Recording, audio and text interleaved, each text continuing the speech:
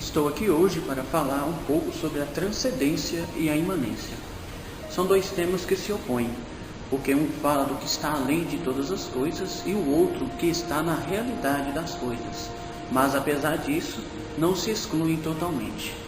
A transcendência relacionada ao sagrado é resultante de uma formação espiritual, que consiste na reunião de informações e conhecimentos relativos ao sagrado, e que permitem que o sujeito se aproxime do divino, ou seja, o sujeito não é divino, mas ao transcender-se pela via religiosa da fé, aproxima-se do sagrado.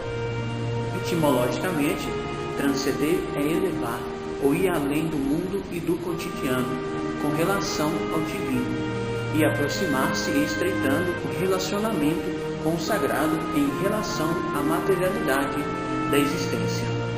Tanto pela lógica religiosa quanto pela científica, o ato de transcendência se traduz por ir além do que se é, do que se sente. Portanto, é ter consciência dos limites e buscar ir além, vislumbrando novas possibilidades de existência.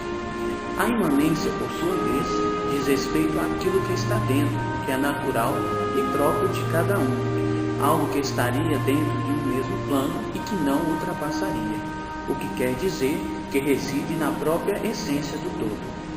Filosoficamente, imanente é aquilo que é próprio do ser, ao passo que transcendente é aquilo que constitui geralmente um ideal a ser atingido. Portanto, Deus é transcendental a nós, sua benevolência, sua realeza são reais. Deus está acima de nós e nós estamos permeados.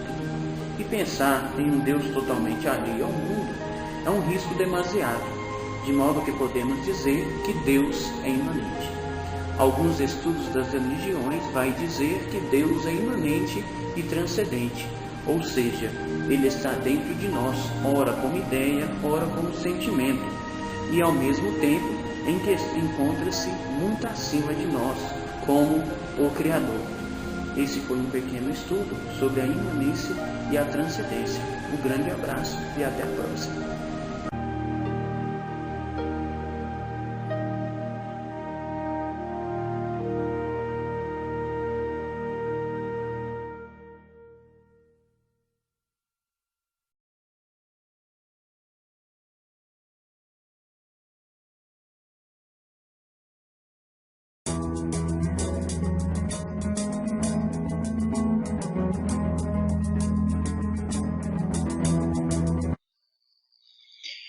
Fala galera, estamos aí para mais um vídeo, um resumo bem condensado para te falar a verdade.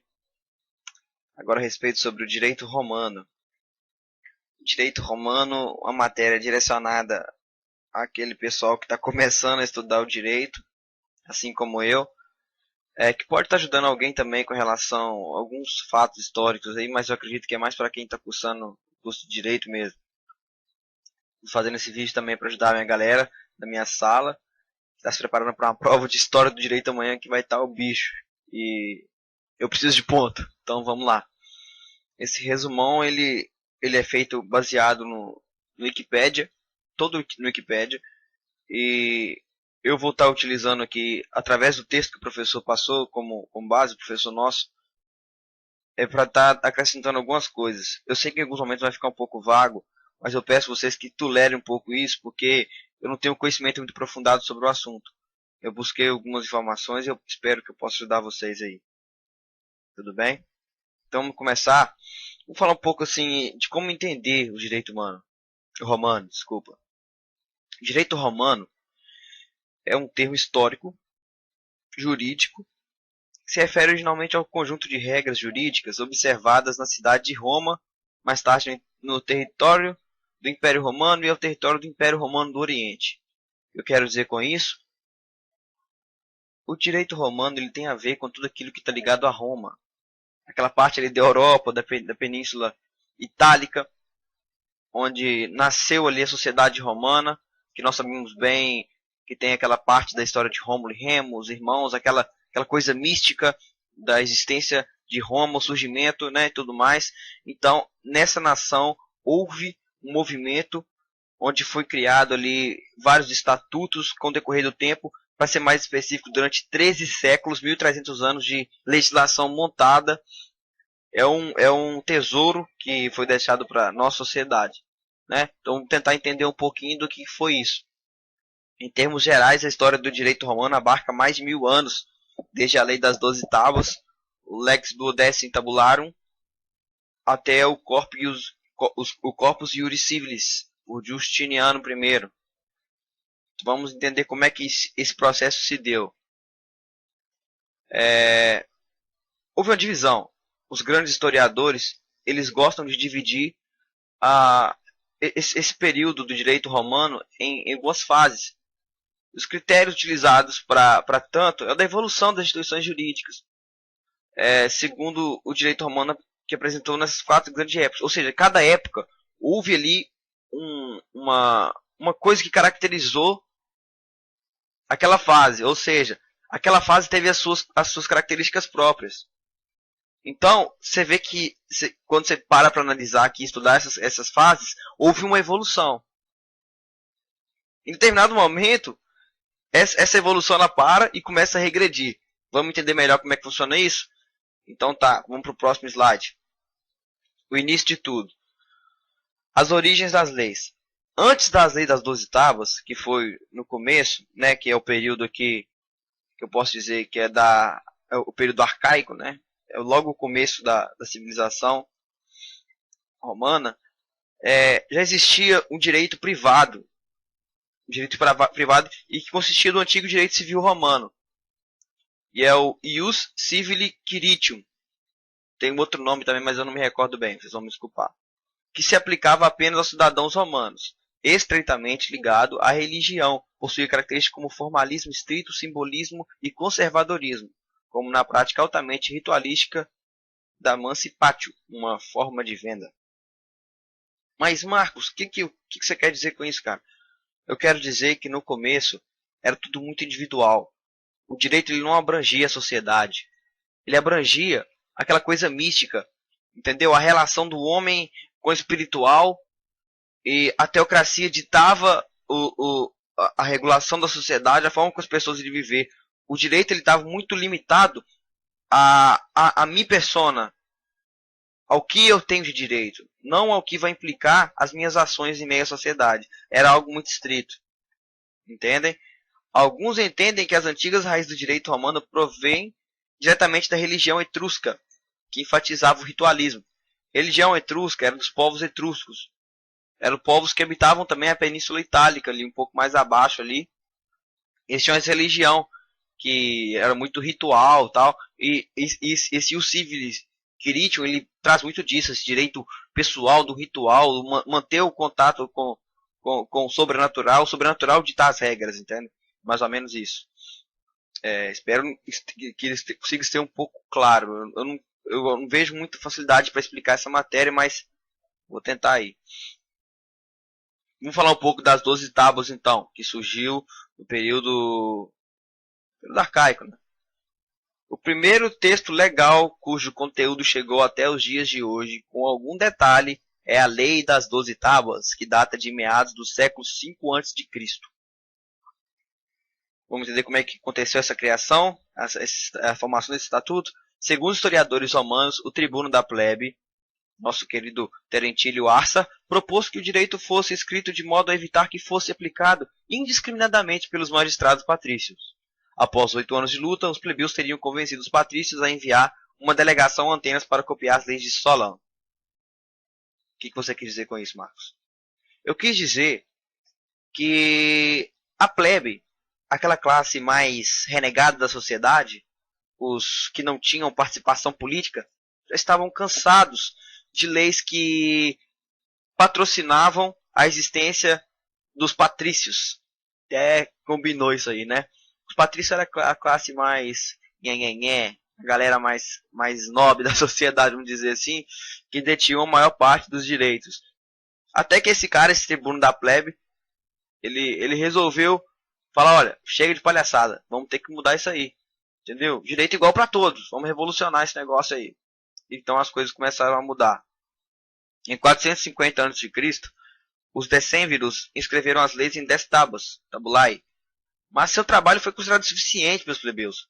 O segundo decemvirato teria então acrescentado 2 tábuas em 449 a.C. A lei das 12 tábuas foi em seguida aprovada em assembleia. Ou seja, primeiro foi feito 10 tábuas, né, quando foram colocados estatutos. Só que o pessoal da plebe não aceitou, eles acharam que ainda não estava batendo com o que a vontade deles queriam, eles queriam mais direitos. Então foi acrescentado mais 2 tábuas, e novos direitos foram adquiridos. Importante salientar que a lei das 12 tábuas, ela era muito estrita no que se dizia de leis. Apesar de que muitas das leis que estão nas 12 tábuas, elas falam do nosso dia a dia de hoje. Muitas dessas leis falam, outras não. Outras são totalmente contrárias ao que diz a nossa Constituição atualmente. Mas existem muitas coisas que batem. Como a gente viu, falando para a galera da minha sala, no trabalho, né? Poxa, a gente fez o trabalho, então vamos pensar, pelo menos aqueles que fizeram. Os fragmentos preservados mostram que não se tratava de um código legal no sentido moderno, pois as 12 tábuas não pretendiam ser um sistema completo e coerente de todas as regras jurídicas aplicáveis. Ou seja, ainda não era uma coisa assim que você falava, essa legislação ela está condizendo com a realidade. Não, era algo bem feito assim, com um objetivo próprio. Entendeu? Era uma regra determinada para dar mais direito para a plebe, mais ou menos isso. Ou então para criar uma regulamentação onde todos pudessem ser abrangidos, algo assim. Na verdade, continha algumas disposições legais cujo propósito era alterar o direito consuetudinário da época, embora contivessem disposições sobre todas as áreas do direito. Predominavam referente ao direito privado e ao processo civil. De novo, direito privado. Por que direito privado? Porque o direito privado é a base do direito romano. Simples assim. E o processo civil, né, que mais pra frente, aí você vê aquelas várias, como é que tem que ser o processo, se o fulano de tal fez isso, como é que tem que ser a implicação disso, qual que é a regulamentação para que haja a relação entre um e outro. Isso estava começando a surgir, mas principalmente direito privado, tá? Primeiras leis. Ademais das 12 tábuas também são conhecidas os primórdios do direito romano, a lex canuleia, que permite casamento, e os conúbio entre patrícios e plebeus. A lex licinae sextiae, na verdade, essa primeira lei, galera, a lex canuleia foi uma revolução, tá? Porque acabou com o preconceito na sociedade ali que existia. A lex licinae sextiae, que restringia a posse de terras públicas, exigiu que um dos cônsules fosse plebeu. Não vou entrar nesse mérito que eu não sei falar sobre isso aqui não. A lex ogúnia, que autorizava plebeus a ocupar cargos sacerdotais, outra conquista da plebe. Lex hortensia, pela qual as decisões das assembleias plebeias passavam a valer para todo o povo. Essa lex hortensia foi o boom da plebe. Por quê? Eles passaram a ter voz. Ou seja, aquilo que eles falavam começavam a valer como lei também. Então foi uma conquista muito interessante da plebe. Isso ainda no modelo arcaico, se for para pensar, né? A maior contribuição de Roma à cultura jurídica europeia não foi a promulgação de leis bem redigidas, mas o surgimento de uma classe de juristas profissionais e de uma ciência do direito, por meio de um processo gradual de aplicação dos métodos da filosofia grega ao direito, um tema que os gregos jamais haviam tratado como ciência. Então, meu amigo, o que eu quero dizer com isso é que se hoje você está fazendo direito, agradeça aos romanos, porque apesar dos gregos terem estipulado toda uma lógica do direito, começarem a raciocinar sobre isso, foram os romanos que colocaram aquilo ali, olha, isso aqui tem como a gente estudar melhor, vamos aprofundar nessa matéria, vamos tornar isso aqui uma ciência. Então, hoje nós podemos ter aí o nosso curso de direito maravilhoso que nós amamos tanto. Pré-clássico, agora nós vamos falar sobre os períodos, né? Mais objetivamente. No período entre 201 e 27 a.C., desenvolveu-se um direito mais flexível, que melhor atendia às necessidades da época. Ademais do ius civile, antigo e formal, surgiu o ius honorarium, assim chamado porque os pretores que ocupavam cargos honorários desempenharam um papel central em sua formação. A adaptação do direito às novas necessidades foi empreendida pela prática jurídica pelos magistrados e em especial pelos pretores. O pretor não legislava e tecnicamente não criava direito novo quando emitia editos. Na verdade, porém, as decisões pretorianas gozavam de proteção legal. Actionem dare e com frequência serviam de fonte para novas regras de direito. Vamos pensar então. Os pretores eram aqueles homens que não tinham poder de decretar leis, mas eles eram como pessoas ali que colocavam a cabeça para funcionar e começavam a pensar. Então a opinião deles valia muito naquela época. E eles eram os magistrados ali, onde que eles podiam pegar, por exemplo, um preceito antigo, avaliar e colocar ali a sua opinião. Entendem? Então a partir disso aí foram criando uma abertura maior, né? E o ius civile, que antes era algo mais assim, mais fechado, que correspondia aos anseios daquela época, começou a dar lugar para o ius honorarium, que era ali a participação dos pretores na estipulação de leis que abrangesse mais a prática jurídica ali. Pré-clássico. Continuando. Os pretores não estavam obrigados a respeitar os editos dos seus antecessores, mas terminavam por empregar regras pretorianas anteriores que julgassem úteis. Com isso, criou-se um conteúdo normativo que prosseguia de edito em edito. Ou seja, eles não podiam decretar a lei, mas faziam os editos. Então, um pretor fazia um edito, lá na frente o outro pretor trabalhava mais nesse edito e modificava. Né? Então surgiu, então, ao longo do tempo, em paralelo com o ius civile, a complementá-lo e corrigi-lo. Um novo corpo de direito pretoriano. Bacana. Vamos ao clássico. Os primeiros 250 anos da era cristã foram o período no qual o direito e a ciência jurídica romanas atingiram o mais alto grau de perfeição. Alcançou um caráter único dado pelas realizações literárias e práticas dos juristas romanos. Eles trabalhavam em diferentes funções, proferiam pareceres a respeito de particulares, aconselhavam os magistrados responsáveis, como os pretores, auxiliavam os pretores a preparar seus editos, anunciavam publicamente no início do mandato pretoriano e que continham uma explicação de como exerceriam suas funções em um formulário de procedimentos judiciais. Resumindo, a justiça começou, ou melhor, o direito começou a ser sistematizado. O período clássico foi uma época onde o ápice do anseio pela uma estruturação judicial se encontrou com a razão e a lógica. Porque ali, aquela ideia que se tinha de criação de leis e tudo mais, ganhou um alto teor de organização. Você vê que as tarefas começaram a ser divididas, entendeu? Então puderam surgir, entende? Começou a surgir ali um sistema organizacional jurídico. Então, os conceitos pré-clássicos e clássicos. Os conceitos de instituições jurídicas desenvolvidos pelos juristas pré-clássicos e clássicos são muito numerosos para mencionar aqui, mas vamos falar algum exemplo. Os juristas romanos separavam claramente o direito de usar uma coisa, propriedade, da habilidade factual de usá-la e manipulá-la. Direito de fato e direito de uso, ou direito de direito. Também distinguiam entre contrato e delito como fontes de obrigações civis. Os contratos nominados, venda de trabalho, aluguel, prestação de serviço, presentes na maioria dos códigos civis modernos, foram desenvolvidos pelos juristas romanos. Viu como é que a influência romana nos nossos dias é muito grande? Porque os contratos, toda aquela legislatura contratual, até que serve para a gente hoje, foi baseada na ideia romana aí. Pós-clássico. Em meados do século III, a situação política e econômica do Império Romano havia se deteriorado. Começou a dar um problema aí, hein? Dificultando as condições para o desenvolvimento do direito. O sistema político do Principado, que preservara algumas características da Constituição da República, transformou-se em monarquia absoluta do dominato. Embora a ciência e a educação jurídicas se mantivessem. Esse ano, galera, já são quase 1h30. Tá fácil para ninguém.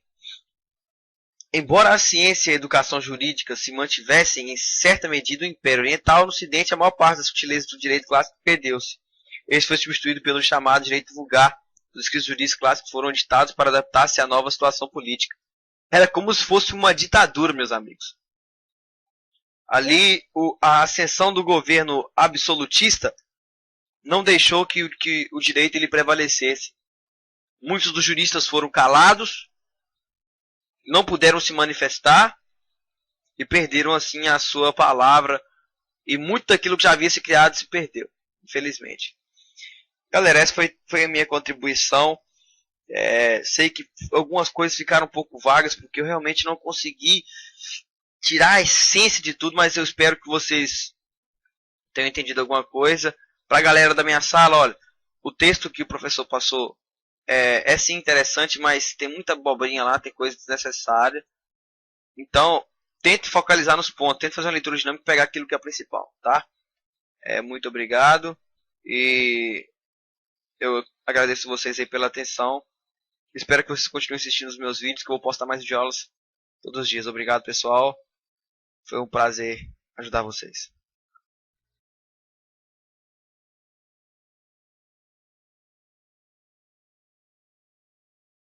Todo o processo de julgamento de Sócrates foram feitos pelos sofistas porque ele atrapalhava. Porque o Sócrates sempre tentou, e nós vamos ver isso já, a verdade verdadeira, né, absoluta. Né? E não essa verdade consensual, essa coisa tipo, ficou meio provado. Ei, Sócrates, primeira foto de Facebook do Sócrates. Ele nasce em 469 a.C., morreu com 70 anos. Para um ateniense, isso é muito. Né? Na Idade Média já seria muito. Imagina a Idade Antiga. Então ele viveu bem. E nasceu em Atenas. Quem não era ateniense não tinha direito a nada. Era estrangeiro. Tá? Então, dentro da estrutura de política de Atenas, só os atenienses tinham direito a voto, palavra, etc. E ele, digamos aqui que a profissão dele seja filósofo. Esse período que Sócrates viveu é o século de Péricles, que foi o auge, né, cultural, político, tudo, social de Atenas. Ele é considerado o pai da filosofia porque ele tinha um método dele, um método socrático, o método da dúvida. Ele parava em qualquer lugar, conversava com qualquer tipo de pessoa, ainda mais mulheres, que nessa época não eram nem consideradas, os censos eram homens, cabeças de gado, mulheres, crianças, escravos. As mulheres estavam até abaixo de níveis de bens importantes que se consideravam na época. Ele conversava com todos. Escravos, crianças, todo mundo podia falar alguma coisa para ele. Tanto que aquela frase famosa dele, sei que nada sei. Então ele sempre partia dessa premissa de que ele não pode saber nada. Ele vinha com aquela cara de que, tá bom, Sócrates, deixa que eu vou ensinar você que você não sabe nada mesmo. E todos os diálogos que a gente vê do Sócrates é nesse sentido, que são diálogos onde ele se coloca como completo ignorante e ele vai te conduzindo de uma forma, né, no diálogo, que ele sabe tudo. Ele só quer provar para você que é você que não estava sabendo. E ele mostra o ponto que ele gostaria de chegar e pior, não é ele que fala, sai da sua boca o que você disse exatamente o contrário no começo da conversa. Mas esse método já não é mais utilizado, é porque imagina, se todo hoje começasse com o filósofo assim, mas o que você acha que é tal coisa? Aí a pessoa falar, aí a pessoa começava, mas Heidegger disse tal coisa, Schmitt disse aquilo, Habermas disse aquilo, não é mais eu quero saber o que eles falam, eu quero saber o que você acha. Perde aquele conceito de diálogo entre universitários que nós falamos no começo, onde você tem que trazer os cânones anteriores. Isso não funciona muito bem hoje em dia. Para o Sócrates funcionava maravilhosamente bem. Sócrates foi morto porque ele foi condenado por desvirtuar a juventude. Os jovens eram doidos por ele. Então todos os jovens que nós vemos hoje, os revoltados, que nós vemos aqui, tinha lá em Atenas, também seguiam o Sócrates com maior tranquilidade. Os pais ficavam doidos com aquele velhinho levando os meninos a pensar, a refletir, discutir autoridade e tudo mais. Conforme a denúncia foi apresentada de que ele corrompia a juventude, ele foi condenado à morte. Todos os amigos dele, muito ricos, inclusive um dos mais ricos amigos dele era o Platão, seu principal discípulo, falou, você vai fugir, né? Nós queremos tirar você daqui. Não, eu passei a vida inteira falando de que tem que se cumprir as regras. Eu fui condenado, eu tenho que receber a pena. Fala, sua pena é tomar cicuta, você vai morrer. Não, eu ficarei aqui. Ele preso, todos os amigos influentes dele tentavam comprar guardas. Chegavam à noite ele dormindo, abriam as portas da cadeia, todos os guardas foram embora, você pode sair agora? Não, estarei aqui amanhã, preciso ler meu café da manhã. Ele deu a sorte de ser condenado num período de festas religiosas em Atenas, onde naquele período das festas, que se colocava um barco no mar, em oferendas, não era para ir manjar não tinha para ir manjar naquela época. Tinha que esperar voltar aquele barco, só depois que o barco voltasse que podia voltar à vida normal, e daí podia ter execuções, etc e tal. E ele foi morto quando voltou esse barquinho, ele pôde tomar a cicutinha dele e morreu. Veja que isso causou um profundo dano assim, pessoal em Platão, que era o seu principal discípulo. E durante todo o período em que ele ficou preso, ele sempre deixou claro a posição dele, que ele não fugiria. Que isso não seria digno, não seria ético, não seria moral, não seria em hipótese alguma. Se ele é ateniense, ele foi condenado por alguma coisa, dentro de todos os ritos, ele tinha que subjugar naquele momento. Mas ele não fez isso de forma calada, tipo, eu vou morrer porque eu tenho que morrer porque vocês me condenaram. Veja o que ele me fala no dia que ele recebeu a condenação. Mas a vós que me condenastes, quero fazer uma predição, e dizer aquilo que acontecerá depois. Estou agora naquele limite em que os homens fazem mais facilmente predições quando estão para morrer. Eu digo, ó cidadãos, que me haveis matado, que uma vingança recairá sobre vós, logo depois de minha morte, muito mais grave do que a que realizaste matando-me. Fizeste isso hoje na esperança de libertação. Só prestar contas de vossas vidas, em lugar disso, obtereis precisamente o contrário. Eu vou-lo predigo, não apenas eu, mas muito vos pedirão contas todos aqueles que se relacionaram comigo e não percebestes. E serão tanto mais obstinados quanto mais jovens são, e tanto mais quanto mais os desdenhardes. Pois se pensais, matando homens, impedir alguém que vos cause vergonha pelo vosso viver não reto, pensais mal. Não, este não é o modo de se libertar daqueles. E de fato não é possível, nem belo. Mas há um outro modo, facílimo e belíssimo, não tirar a palavra de ninguém, mas simplesmente cuidar de ser sempre mais virtuoso e melhor. Este é o meu vaticínio, a vós que me haveis condenado, e convosco terminei. Veja que esse texto está em Platão. Não há um trecho, não há um livro de Sócrates. Sócrates não deixou nada escrito, teve discípulos e morreu, condenado. Isso lembra alguma história para vocês? Aconteceu 400 anos depois? Pois é. Então, alguns críticos do cristianismo falam, inclusive, que a história de Jesus é um plágio da história de Sócrates. Por estes pontos. Mas vejam, ele causou um rebuliço em Atenas, tanto quanto Jesus causou, né, em Jerusalém, para as bandas do Oriente Médio. Vejam que essa ideia de que você não adianta, não é matando que você cala as pessoas, isso é usado por todo tipo de argumentação, inclusive das teorias críticas, né, as ditas marxistas. Rousseau vai usar muito isso, nós vamos ver mais para frente, outro grande filósofo revolucionário. Essa ideia de que não adianta. Se você mata... Continuando com os nossos gregos da Idade Antiga, agora vamos falar de Platão. No nosso momento Caras aqui, ele morreu com 80 anos. Veja que na época era bastante. Também era ateniense. Ele era descendente de um dos 12 pais de Atenas, os que criaram Atenas. Então, além de ser rico, era influente, né? Foi um dos maiores defensores do Sócrates, mas não teve jeito. Naquele trecho que nós lemos do Sócrates, nós vimos que é de um livro do Platão. Tudo que nós veremos sobre Platão foi daquela forma em diálogo, parecendo um roteiro de teatro. Qualquer livro do Platão que você pegar é nesse sentido. Existem as pessoas dialogando, são diálogos, né? Então o Sócrates sempre como personagem principal. Então é muito difícil saber se quando Platão está falando, se efetivamente é aquilo que ele ouviu que o Sócrates falou, ou se é ele falando como Platão, mas colocando aqui que está dizendo na boca do Sócrates. Nós temos que tentar entender, conforme o contexto, se aquilo lá é um texto efetivamente que ele ouviu do Sócrates ou não. A partir de agora, como nós temos livros mesmo, todos os filósofos daqui para frente, eu vou ter esse tópico com as principais obras para a filosofia do direito, tá? Então, quando nós chegarmos em outros filósofos com uma produção incrível, eu vou estar pontuando basicamente os livros que nos interessam.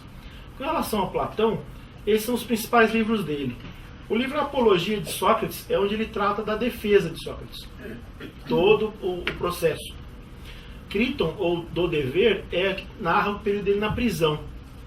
E Fédon pega um pedaço da prisão ainda, mas pega a condenação em si quando ele toma o veneno. Tá?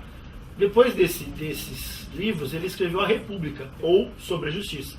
E este sim, o livro mais importante jurídico dele. E um dos últimos livros dele foi um livro chamado As Leis, ou Sobre a Legislação. Esse livro, há uma certa dúvida entre os historiadores da filosofia se realmente foi um livro escrito pelo Platão ou se os seus discípulos fizeram uma homenagem, né, emprestando ali o nome dele como se fosse dele. Porque é um livro que é escrito completamente diferente, ele não tem diálogo. É um texto em prosa, vamos dizer assim. Né? Ele não tem os diálogos com que marca a obra do Platão. Como já disse para vocês, ele é o principal discípulo de Sócrates. E também ele é conhecido porque ele, justamente por causa dos seus livros, ele cunhou uma forma de fazer filosofia com relação ao diálogo. Tudo tem que ter diálogo, né? Às vezes você usa a expressão dialética, você tem que tomar cuidado. Nesta época, quando você lê um texto falando sobre dialética grega e tal, está se falando em diálogo. Tudo bem, você pode traduzir dessa forma. O problema é você traduzir para sempre dialética como diálogo, e nós vamos ver isso quando chegarmos em Hegel, onde a coisa muda. Tá? Então, além disso, o Platão ele fundou a academia. A academia era a sua escola, onde todos os seus alunos faziam ginástica, musculação mesmo, falavam de matemática, de ciências. Por isso que a academia de ginástica chama academia e a faculdade também chama academia. Né? Quando principalmente quem é formado em direito, eu já vi juiz dando pito em advogado que faz pergunta estranha durante a audiência. O juiz vira para o advogado e fala: doutor, volte para a academia. Certamente não era biorritmo que ele estava se referindo. Era pedindo para ele, né, ir para a faculdade de novo, para os bancos escolares. É muito comum, né, você se referir à faculdade como academia. Por causa disso, graças a Platão. Então, naquele local, quase seminu, todos faziam seus exercícios físicos, se discutia filosofia, matemática, né? E aí cunhou-se o termo academia. Era sem dúvida a mais importante instituição de ensino, né, divulgação de ensino da época. E Platão, ele vai falar que as virtudes são sempre virtudes políticas. Mede-se por todos e não pela pessoa em si. A justiça é sempre social. Isso é fundamental para Platão. Uma sociedade só é justa se todos tiverem as mesmas condições. Isso que nós chamamos de pedagogia platônica, que eu vou tentar passar para vocês porque tem uma frase do Platão que ele é mal interpretado, onde ele fala que a sociedade ideal é quando os filósofos forem reis. Mas eles pegam só o final da frase, né? Não pegam todo o raciocínio. A ideia dele é a seguinte: todos têm que ter as mesmas condições. Nessas aulas, nessa escola que eles tiverem, vai ser visto qual é a especialidade, vocação de cada um. Então, se tiver alguém dentro com todos tendo o mesmo ensino, tiver mais facilidade com as artes, com a música, vai para a música. Se tiver mais habilidade no falar, em se expressar, vai para a oratória, para a política, etc. Tem melhor facilidade em refletir sobre os antigos, os textos, talvez a filosofia. E sempre dessa forma. Você pega os mais capacitados e continua mantendo-os na faculdade, no ensino regular, para que eles atinjam um nível de consciência, de conhecimento, que eles possam vir ser os reis. Sendo que neste percurso é sempre aferido qual a capacidade de cada um. Tem a escola particular de Atenas e a escola pública de Atenas. Para Platão, todos tinham que ter a mesma educação e as mesmas condições. O que ia fazer diferença não era a sua condição socioeconômica. A diferença era as suas aptidões. É isso que ia pautar a sua carreira, o seu ofício. O fato que nós vivemos num sistema escravocrata aqui, os atenienses, donos de escravos, enfim, não trabalhavam, mas eles tinham outras funções, como política, cultural. Então, o braçal do dia a dia era feito por escravos. Platão dizia que a democracia é o pior dos regimes, porque a maioria vem dos interesses só da maioria. Então ele entendia que não deveria ser assim. Se a sociedade deveria, na verdade, ser uma família universal. Ou todos estão juntos, ou está difícil. Se tiver alguém de fora, isso vai dar problema. dentro dessa estrutura de educação, você chegaria num ponto onde os melhores, os filósofos para ele, então, aqueles que estudariam mais tempo, teriam mais acesso a todo tipo de informação, por pura aptidão, não por serem filho de A ou B, ou ter tal qual condição social, porque todos tinham a mesma condição social, por serem atenienses, lembrando bem, isso aqui não vale para os escravos, né? Chegariam e poderiam ser reis, né? E aí ele fala que a verdade está na ideia e não na palavra. Quando você vai, isso era uma crítica aos sofistas, porque Platão estava, né, por aqui com os sofistas por tudo que o Sócrates tinha passado. Platão dizia: não venham falar que a verdade é consensual. A verdade existe. A palavra, ela aceita qualquer coisa, né? Você pode fazer uma argumentação, até no nosso exemplo aqui do trem, né, desgovernado, lá do bom desgovernado, o que nós estávamos usando era a palavra, né? Cada hora eu mudava um ponto da história, mudava completamente a conclusão de cada um, né? Você vê qual que era a verdade, não dava para saber qual era. Então, por isso que ele fala que a verdade está na ideia. Aí então ele traz essa seguinte sequência: a opinião gera um conceito, que gera uma ideia e que gera ciência. Então esta opinião é o começo do pensamento platônico. Você tem que ter uma opinião sobre alguma coisa. Aí você tendo essa opinião, você vai tentar conceituar essa sua opinião de uma forma, pode-se dizer, tentar que seja científico para a época. Eles não tinham microscópio, eles não tinham laboratórios, né? Então a coisa era sempre bastante intelectual. E aí você chegava numa ideia. Essa ideia era quase como um conceito. Tendo a ideia em si, você já podia começar a inaugurar uma ciência. Assim, grosso modo, era esse o raciocínio, o método platônico de você chegar num nível científico das coisas, né? Você fazer uma análise do fogo, da água, do mar, do ar, da terra, e você pegava opiniões dos mais antigos, aquele chá da avó que a gente às vezes, você tomou chá de não sei do que. Por quê? Aquilo é passado de geração para geração. E ele também utilizava esse tipo de análise na academia, para ver se aquelas questões se dava para você fazer ciência com esses pensamentos que já existiam na sociedade ateniense. 3 grandes conceitos importantes para passar para vocês sobre Platão. O primeiro deles é o mundo das ideias. Platão dizia que na verdade o que nós vemos desse mundo sensível, ele é um mundo deturpado. O mundo real é o mundo das ideias. Você vê diferentes espécies de cavalos, diferentes espécies, não tantas quanto tem hoje de cachorros, mas ninguém olha para um cachorro, passa um golden, você fala, é um cachorro. Passa um chihuahua, você fala, um gato. Não, você sabe que aquilo também é um cachorro. Mas são cachorros muito diferentes. Então, para Platão, é fácil explicar isso. O chihuahua e o golden, o labrador, aquele que late pra caramba, pequenininho, enfim, vocês conhecem todo tipo de cachorro. Eles são diferentes. Mas em algum lugar lá no mundo das ideias tem um cachorro ideal. É aquele cachorro que dá as qualidades de todos os cachorros que existem. Essa ideia dele, ele faz com que existe a ideia, existe o perfeito. O perfeito está lá na ideia. O nosso aqui, o sensível, ele é imperfeito. Esse mundo sensível, portanto, ele nos engana. Então, não dá para ficar com o sensível. O sensível sempre terá interferências. Essas interferências de todos os tipos. O que nós temos sempre que tentar, então, é buscar a ideia central, a verdade, né? Por isso ele traz, até para facilitar, né, para os seus discípulos, ele apresenta o mito da caverna. Que existia uma caverna onde homens nasceram nessa caverna, estavam acorrentados olhando para o fundo.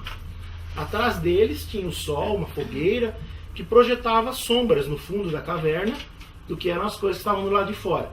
Então passava uma ave na porta da caverna, né?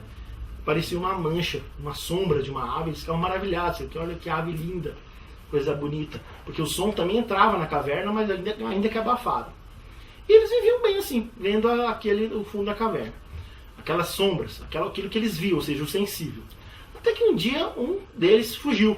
Conseguiu se soltar lá dos grilhões e fugiu e foi para fora. Quando ele chegou, a primeira coisa que aconteceu, ele ficou cego. Porque a luz do sol é muito forte. Então aquilo o atordoou por um tempo. Conforme ele foi se acostumando com a luminosidade, ele começou a perceber que aquilo que ele via, né, no fundo da caverna era muito mais bonito, muito mais colorido, com mais detalhes, com mais riqueza. Tipo, a ave era lindíssima, era colorida, ao passo que aquela sombra era sempre da mesma cor, a árvore balançava, as flores eram lindíssimas. ele ficou extasiado, ele rodou tudo ali para conhecer tudo. Ele falou, não é possível que eles lá estejam tão satisfeitos em ficar olhando para aquela parede, eu vou lá avisá-los de que aquilo não é a verdade está aqui fora. Ele volta para a caverna e fala, pessoal, saiam, se libertem, parem de olhar para essa caverna, para essa parede, isso são sombras. A verdade está lá fora. E aí eles ficam assustados por eles, estão falando daquele monte de coisa, o matam. Né? Esse filósofo que voltou. Isso você percebe, então, que é uma metáfora sobre o Sócrates. Sócrates foi esse que se libertou da caverna, viu a verdade, quis falar para os demais e foi morto por eles. Né? Então isso mostra a importância do Platão, para o Platão, das ideias. Onde está a verdade, onde está a forma correta, onde você não está, então, preso aos sentidos, porque os sentidos nos enganam. Né? E, completando essa introdução sobre Platão aqui, o espiritismo platônico, vejam, senhores, que está entre aspas, tá? Ninguém ia falar aqui que segundo o evangelho segundo Platão. Não é isso. Platão ia perguntar, tá bom, Platão, o mundo das ideias, que legal. Por que então, tá bom, a gente sabe do cavalo, que aquilo é um cavalo, que um dia nós vimos. Onde nós vimos? Platão falou, simples. Todas as almas ficam num lugar. Elas têm acesso ao mundo das ideias, lá elas veem tudo, elas veem o cavalo ideal, o cachorro ideal, o bonequinho de bolacha ideal. Quando ela vai encarnar, ela vai, né, vir para a Terra, ela passa por um rio. Quanto mais água deste rio ela beber, mais ela se esquece do que ela viu.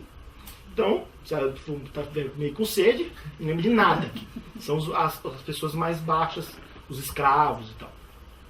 Quando você passa por esse rio, mas não consegue beber pouca água, você ainda consegue se lembrar das coisas belas que você viu no mundo das ideias. Então você provavelmente vai ser filósofo, vai ser um artista do lado de cá, porque você vai se lembrar da beleza. Então o artista, quando pinta um quadro, na verdade ele não está pintando uma árvore, ou um cachorro, ou uma paisagem, ele está pintando aquilo que ele lembra de ter visto no mundo das ideias. Então, talvez para ele Sócrates veio nadando, né, nesse rio aí, assim, de costas, né, para não ter perigo de beber nenhuma gotinha. E essa é a ideia de Platão com relação à forma como você lembra. Então, essas pessoas que beberam pouca desta água são as que realmente você deve prestar atenção, de seguir, porque elas é que são os filósofos, são os mais capacitados.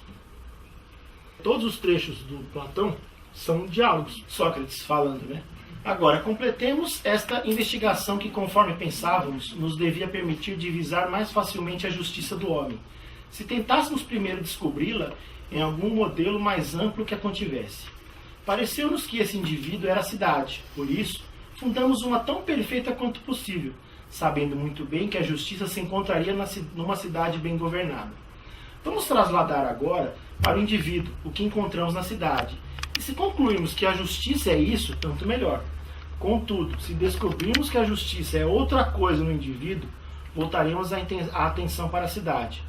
Pode ser que, comparando essas concepções e pondo-as em contatos uma com a outra, façamos brotar a justiça como fogo de uma pederneira. Em seguida, quando ela se estiver tornado evidente, fixá-la-emos em nossas almas. Glauco, que era o interlocutor dele, é o que se denomina proceder com método. É assim que é preciso agir? Sócrates fala, quando duas coisas, uma maior, outra menor, possuem o mesmo nome, são elas diferentes enquanto possuem o mesmo nome ou semelhantes? Glauco falou, semelhantes. Aí Sócrates termina. Assim sendo, o homem justo, enquanto justo, não será diferente da cidade justa, mas semelhante a ela. Então veja que a cidade, para ele aqui, é a polis. Não é nosso conceito de cidade, de município, não alcança o que era a polis. É difícil para historiadores, a gente identifica aquele período como helênico, como grego. Eles falavam a mesma língua, eles tinham basicamente as mesmas divindades, mas eles eram separados, eles tinham total autonomia um do outro.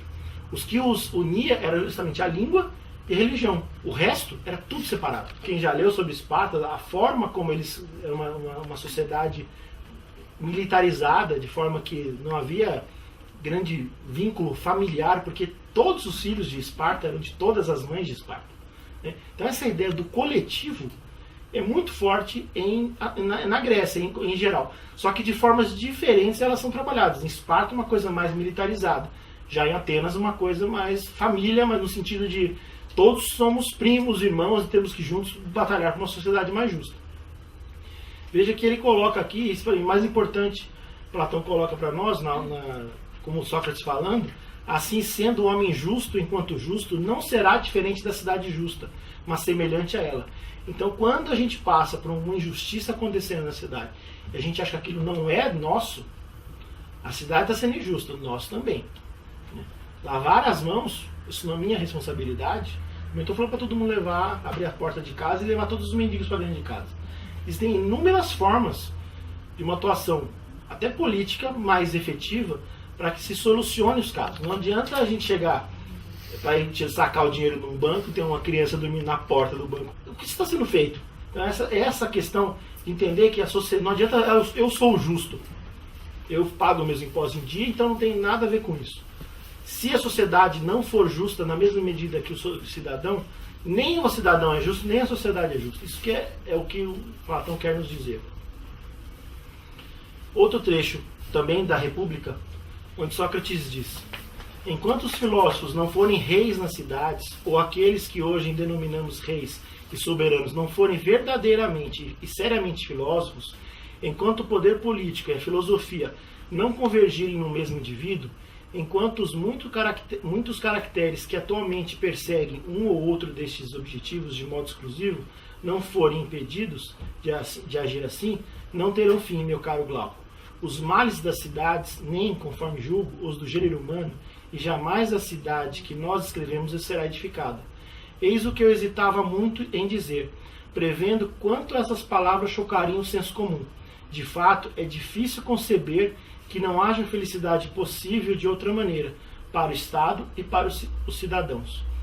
Ou todo mundo é justo, ou ninguém é justo. Isso que Platão fala categoricamente. Se você não exigir que tudo funcione para todos, não vai funcionar direito para ninguém. Essa é a grande mensagem de Platão. Ou é para todos ou não funciona. Né? O seu maior discípulo foi Aristóteles. Este sim, um gênio. Para Aristóteles, a equidade é um instrumento para se construir justiça. O que é equidade para Aristóteles? Em nenhum momento é igualdade só. É sentir o caso concreto. É a casualística. Cada caso é um caso. Vejam o nosso exemplo da questão do bonde. Cada caso é um caso. Não tem como ter regras prontas. Se eu partir da premissa que qualquer coisa que for me apresentada é melhor matar 4 do que matar 40, vai ter uma hora que isso vai dar problema. Nós vimos aqui hoje. Num exemplo muito simples. Você deve tratar os iguais de forma igual e os desiguais de forma desigual. Mas esse desigual não é para ser lido de forma torpe, né? Tipo assim, quem tem mais tem que ter cada vez mais, quem tem menos cada vez menos. Não. Você tem que tratar os desiguais de forma desigual para que eles se igualem. Justamente, voltando àquele nosso exemplo da retributiva, se eu aplicar a prova amanhã para vocês, e vocês forem fazer perguntas bem simples do que eu disse hoje, quase todos vão tirar 10. Agora, se só para ter uma ideia, se eu pedir para o pessoal do escritório aqui, chamar o mesmo número de estagiários, número de vocês, chamar os estagiários para vir para cá fazer essa prova, eles não tiverem a menor ideia do que nós conversamos aqui, eles também vão tirar notas piores. Mas eu vou estar aplicando o mesmíssimo critério. Para cada acerta, 2 pontos. Das mesmas questões de vocês. E um ou mais lá que sabe alguma coisa vai acertar 2, vai tirar 4, quase todos vão acertar no mínimo 1, que já ouviram falar, e uma boa parte deles nenhuma. Isso é justo? Eu estou aplicando uma prova para grupos diferentes. Né? Eles não viram a aula. Como é que eles podem ser julgados da mesma forma? Se eu aplicasse essa mesma prova para um colégio, está passando um monte de criança aqui, o filho de vocês que vê o dia no escritório. Né? Então aqui, eu aplico a prova para vocês, a prova para eles. É a mesma coisa? É justo? Eu falo, mas os critérios são tão claros, definidíssimos. Para cada questão certa, 2 pontos. Quantas vezes na nossa vida a gente não passa por isso aqui no Brasil, principalmente? Ué, mas as regras estão claras. Para cada 2, qualquer um pode prestar o vestibular da FUVEST. Qualquer livre. Só que o ensino que teve aquele rapaz da periferia da escola pública tem a mesma qualidade do filho de um de vocês que pode estar no vértice. É a mesma educação? Ah, mas a chance é a mesma. Ele só precisa respeitar os prazos de inscrição no vestibular da FUVEST, testar a prova, passar lá. Você está quase a prova toda para passar em medicina. Não pode ser médico. Isso não é justo. Isso aos olhos de Aristóteles. Outro exemplo que Aristóteles dizia, ele se referia à régua de Lesbos. Lesbos era uma ilha que tinha próximo a Atenas, ali na Grécia, melhor dizendo, onde era habitado basicamente por mulheres. Daí que vem o termo lésbica, né? Mas é dessa ilha de Lesbos. Quase todas eram mulheres. E lá elas tinham uma régua que não era dura, como aquela régua que a gente conhece. Ela era flexível, ela se adaptava. Dá para dizer que era quase que aquela cinta métrica para roupa, né?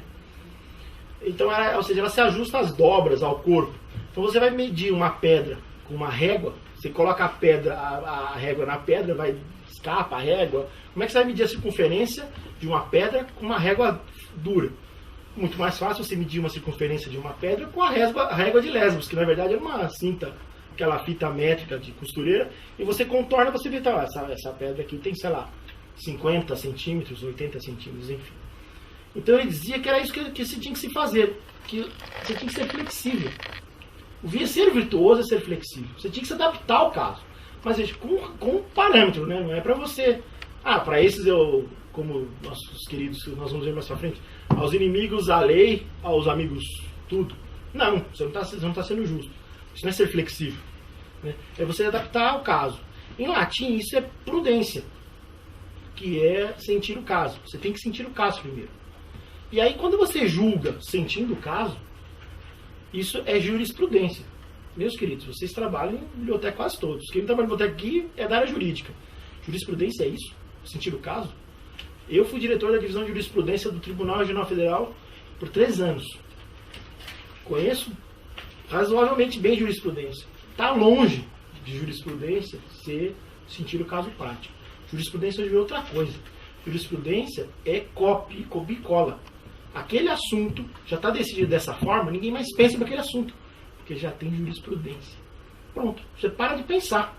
Virou um carimbo. Podia fazer um carimbão, né? Ó, quando vier esse assunto, truft, bate o carimbo no processo que está resolvido esse aqui. Isso não é jurisprudência. Você tem que sentir o caso. No Digesto, que é uma coletânea de leis já do Império Romano, eles colocam que o direito é a arte do bem e da equidade. Meus queridos, faz muito tempo que o direito não é nem arte, nem bem, e muito menos equidade, né? Naquela época eles ainda achavam que era a arte do bem e da equidade. Ou seja, 2 tipos de arte, olha lá, que coisa fofa. E a gente perdeu isso. E nós vamos ver por quê. Quando a gente chegar na Idade Moderna, nós vamos ver claramente onde foi que o direito ele se separou da moral, onde ele foi se separar lá na frente, até da verdade, né? Da justiça, o que é pior. O direito vai chegar uma hora, e nós vamos ver isso aqui, que ele deixa o justo pro lado. E esse é o grande problema. Porque como você vai discutir o que é justo hoje, com quem é da área jurídica, porque ele não está acostumado. Choca. Ele fala, não, peraí, mas não está na lei? Né? Não é justo porque está na lei? Você usa às vezes meio engasgado, meio assim. Mas é isso que sai, que é o que dá para argumentar. Né? Vou terminar aqui essa apresentação do Aristóteles sobre a política de Aristóteles. Aqui nós temos o exercício do poder feito por um só, por alguns ou pela maioria. E aí, no interesse de todos ou no interesse próprio. Aristóteles diz que quando um só age no interesse de todos, isso ele chama de monarquia. Quando alguns agem no interesse de todos, é aristocracia. Isso ainda é bom. Os de cima são uma coisa boa. Porque agem no interesse de todos. E quando a maioria age no interesse de todos, é república. Agora, quando um só age no interesse dele, em detrimento da maioria, né, de todos, melhor dizendo, isso é tirania. Quando alguns agem também em interesse próprio, não se importando com todos, isso é oligarquia. E quando a maioria age no interesse próprio da maioria, esquecendo das minorias, isso é democracia, que também não é bom. Então veja como tudo inverteu hoje, né? Aí virou samba do crioulo doido, porque agora os maiores culpados dessa divulgação da democracia no Ocidente, da forma como é, são os Estados Unidos. Né? Os pais da nação, profundos conhecedores Aristóteles e companhia, eles fizeram toda a estrutura do poder americano desde a independência com base na democracia. O governo da maioria, o seu interesse da maioria. Você não faz parte da maioria, eu sinto muito. Mas é isso aí. Quantas guerras os Estados Unidos entrou na sua história com a bandeira da democracia? Para levar a democracia a povos que não sabem nem o que é isso. Ou querer aplicar a povos islâmicos, por exemplo, que é esse conceito de democracia ocidental que não se adapta a eles. É isso que as pessoas têm que entender. Culturalmente são coisas que não cabem, não encaixam. Porque se você parar para analisar a forma como a democracia está posta hoje, ela é para a maioria. Tanto que as grandes decisões que nós estamos tendo hoje no judiciário, principalmente no STF, são ações que reconhecem direitos das minorias. Quando que nós precisamos de ação para reconhecer direito de maioria? Porque não precisa. A maioria governa por si só. A maioria governa para ela. Não governa para a minoria. Você precisa do judiciário para garantir direitos às minorias. Porque justamente você não tem a forma de garantir essas minorias. Para Aristóteles era a república. Veja que nós somos uma república democrática. Faz o menor sentido isso. Mas para Aristóteles ficava nesse ponto. Então vamos lá. Ó, vou ler alguns trechos da Ética Nicômaco para a gente ter uma ideia do pensamento de Aristóteles. Com efeito, a justiça é a forma perfeita de excelência moral, virtude, porque ela é a prática efetiva da excelência moral perfeita. Ela é perfeita porque as pessoas que possuem o sentimento de justiça podem praticá-la não somente em relação a si mesmas, como também em relação ao próximo. Você pode ser justo com você mesmo também, não é só com relação ao próximo. Mas ele já disse também, mais para frente no livro, que essa justiça com o próximo vem do outro. Porque não dá para você... mais para frente nós vamos ver que não existe direito para a pessoa sozinho. O direito tem que ter uma ideia de sociedade, tem que ter no mínimo 2, para você se respeitar. Mas para Aristóteles, para ser justo, basta estar sozinho. Porque você pode não ser justo com você. Quando você faz alguma coisa, isso até, se alguém da área de psicologia aqui vai poder até falar melhor do que eu. Quando você é o seu principal inimigo, né, a gente conhece muitas pessoas que são assim, pessoas que fazem mal para si próprias, elas não estão sendo justas consigo próprias. Veja que ponto que a gente chega, análise do pensamento aristotélico. É possível você ser injusto consigo, né? De mais diversas formas, não preciso nem enumerá-las aqui para vocês. Outro trecho interessante dele: sendo os atos justos e injustos aqueles que descrevemos, uma pessoa age justamente ou justamente sempre que pratica tais atos voluntariamente. Quando os pratica involuntariamente, ela não age justamente ou justamente, a não ser de maneira acidental. O que determina se um ato é ou não é um ato de injustiça ou de justiça é a sua voluntariedade ou involuntariedade. Quando ele é voluntário, o agente é censurado. E somente neste caso se trata de um caso de injustiça, de tal forma que haverá atos que são justos, mas não chegam a ser atos de injustiça, se a voluntariedade também não estiver presente. Considero voluntária, como foi dito antes, qualquer ação cuja prática depende do agente e que é praticada conscientemente, ou seja, sem que o agente ignore quem é a pessoa afetada por sua ação, qual é o instrumento usado e qual é o fim a ser atingido. Por exemplo, quem ela está golpeando, com que objeto e para que fim. Além disso, nenhuma dessas ações deve ser praticada acidentalmente ou sob compulsão. Se eu estou de tocar com uma arma para matar, sei lá, um desafeto, nesse meio tempo, esse meu desafeto está sendo assaltado por alguém, e eu, no hora que eu dou tiro, eu mato o assaltante, para Aristóteles eu não fiz nenhum tipo de justiça aqui. Eu não tinha intenção de salvá-lo, não tinha intenção de fazer o bem. Isso não é um ato de justiça. Pode depois até ser condecorado, ó, ele matou o refém lá, salvou o refém matando o bandido. Isso não é justiça para Aristóteles. Você tem que ter a intenção voluntária de fazer o justo e o injusto, inclusive. E é muito comum que a gente percebe isso. Isso é uma forma de você abrir mão da responsabilidade. Bem, foi sem querer, mas assumiu o risco. Então vamos lá. Aí entrar na área do direito penal, dolo eventual, os vários tipos de dolo, etc e tal. Você tem que querer. É fundamental para Aristóteles. Não basta você fazer a justiça sem querer. Você tem que querer fazer a justiça. A amizade parece também manter as cidades unidas. e parece que os legisladores se preocupam mais com ela do que com a justiça. Efetivamente, a concórdia parece assemelhar-se à amizade, e eles procuram assegurá-la mais que tudo, ao mesmo tempo que repelem tanto quanto possível o faccionismo, que é a inimizade das cidades. Quando as pessoas são amigas, não têm necessidade da justiça, enquanto mesmo quando são justas, elas necessitam da amizade. Considera-se que a mais autêntica forma de justiça é uma disposição amistosa. Se as pessoas fossem amigas, resolvessem todos os seus problemas, precisaria de judiciário para dizer quem está certo? Então, para você ser justo, você tem que ter uma predisposição, isso para Aristóteles, tem que ter uma predisposição amistosa. Aqueles casos de segurança que a polícia diz que uma mulher ou uma pessoa mesmo estiver sendo atacada na rua, ela não pode gritar socorro, ela tem que gritar fogo, porque as pessoas, quando é incêndio, elas têm uma predisposição de ajudar. Então, se ela grita socorro, ela pode estar sendo assaltada, então as pessoas ficam olhando pela festa. Se a pessoa gritar fogo, a pessoa abre a porta. Então, vejam, se a polícia tem que dar esse tipo de instrução para as pessoas que estão em risco poderem serem socorridas, que tem uma coisa errada. No mínimo. Faz com que a gente pare um pouco para pensar no que está acontecendo.